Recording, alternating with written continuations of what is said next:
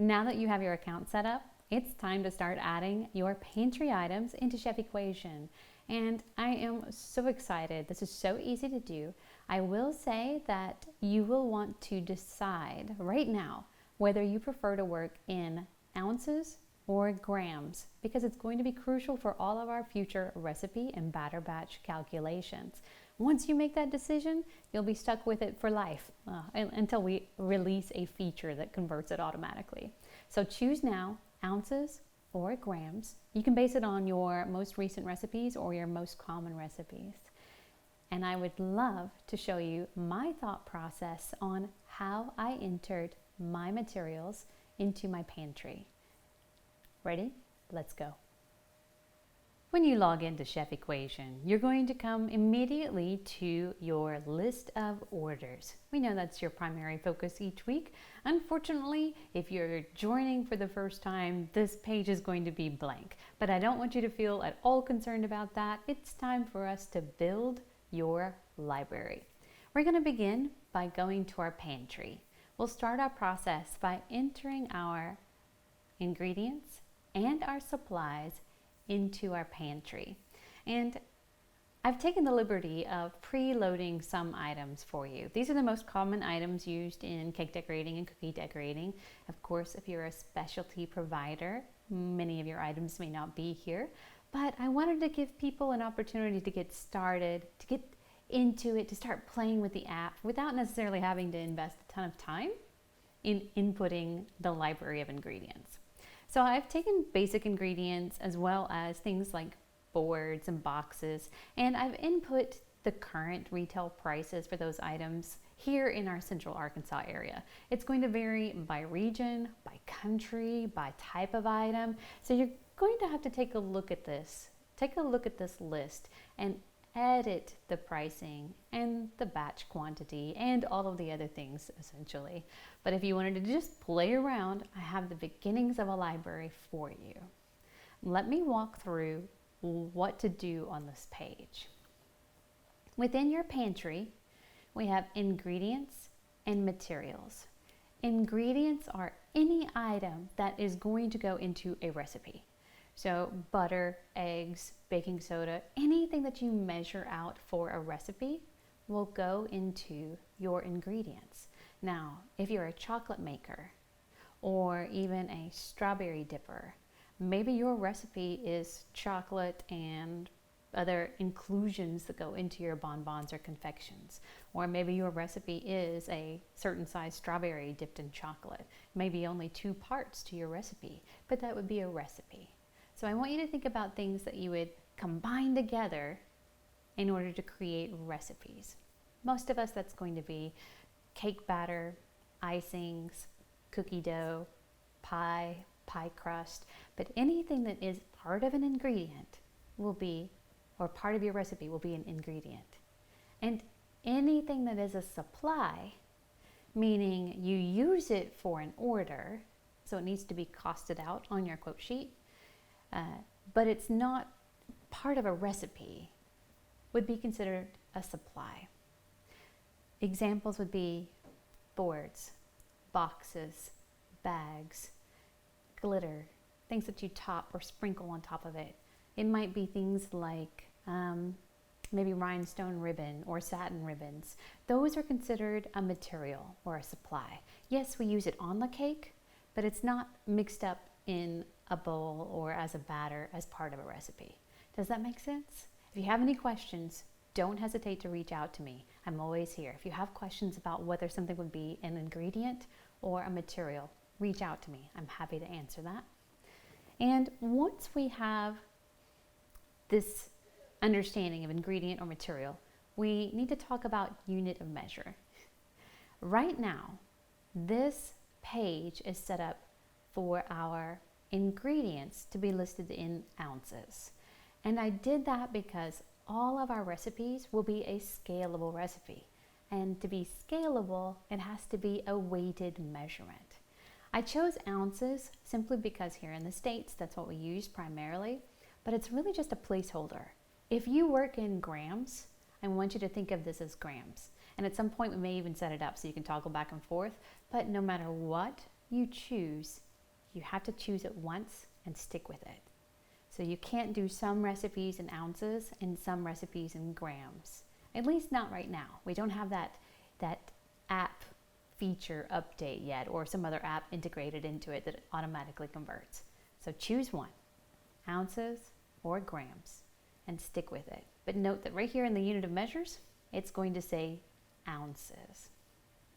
And then when it comes to the pieces, like the boards and boxes, you're going to find those in pieces as well as in inches. Because I know there are some things like ribbon you think of not as a piece, but in a matter of inches.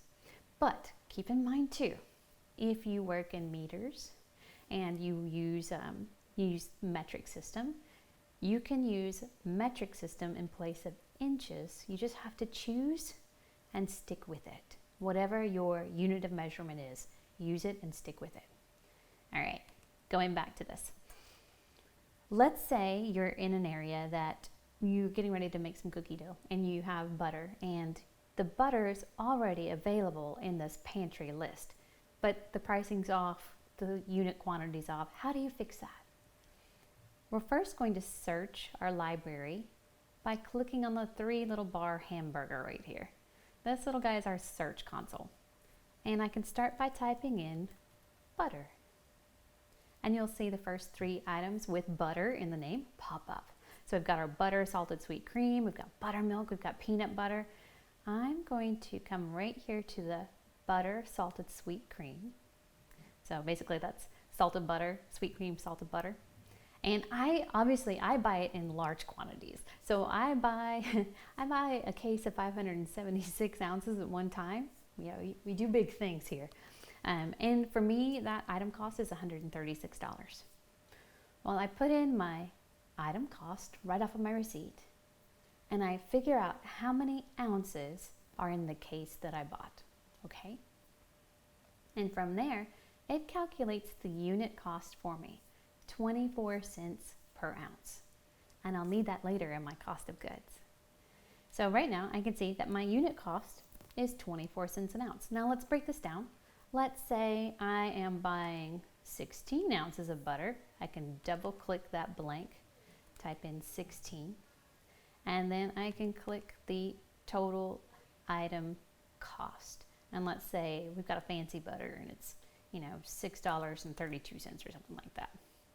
If I hit tab or enter, it'll recalculate that cost for me, and you can see that it jumped to 40 cents. Ignore this guy up here. It's because I opened up a blank and he's like, hey, you didn't fill that in. So we can ignore that, and once we save out, it'll disappear. All right, let me go through the how to fix things or how to change things again in your system. So I've got butter, salted sweet cream. Let's say the next time I buy it, prices have dropped drastically. And I'm like, woo, yeah, I'm gonna stock up. So I'm going to go ahead and double click that cost and change that price again. It's still 16 ounces. Hit the tab key and it comes over. You'll see it drop down to 24 cents. That's a great price for butter. All right, that's how you modify the existing list. You can also create new ones. Let me refresh my screen and get rid of the failed item there. Refreshing handles all mistakes. And I'm going to add a new ingredient. I'm going to make something up, something totally random. Let's say I have buttermilk in one of my recipes and I can't get the Highland dairy that I love right now, but there's a brand called Farmers. So I usually start by putting in what the item is, buttermilk.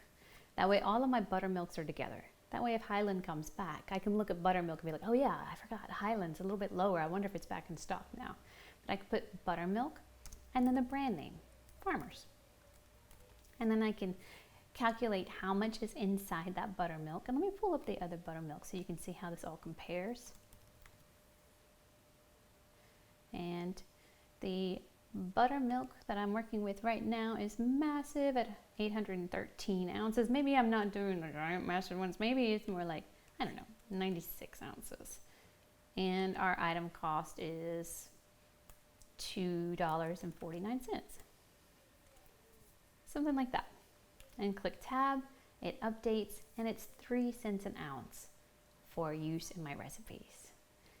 That's how we input a new item within our list of ingredients. You can also copy. Let's say I have buttermilk farmers and I normally buy it in the 96 ounce, but now I'm going to buy it in something larger. I can click this little icon here to copy it. It clones it and it says it's a copy.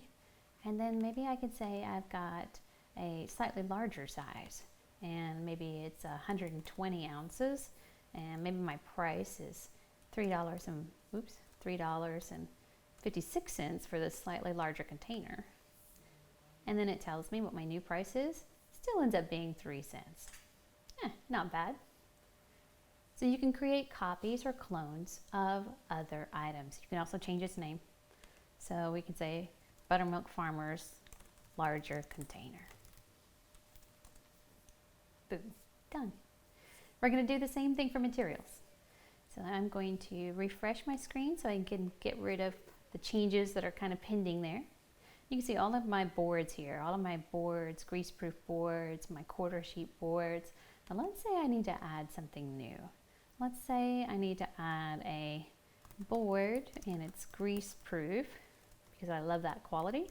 And maybe it's a 9-inch round. And one piece costs $1.50, all right? One unit or one piece. And I tab the key over and it lets me know 1 unit is $1.50. Let me see if I can find some other interesting things here. Let's talk a little bit about eggs, because eggs are special.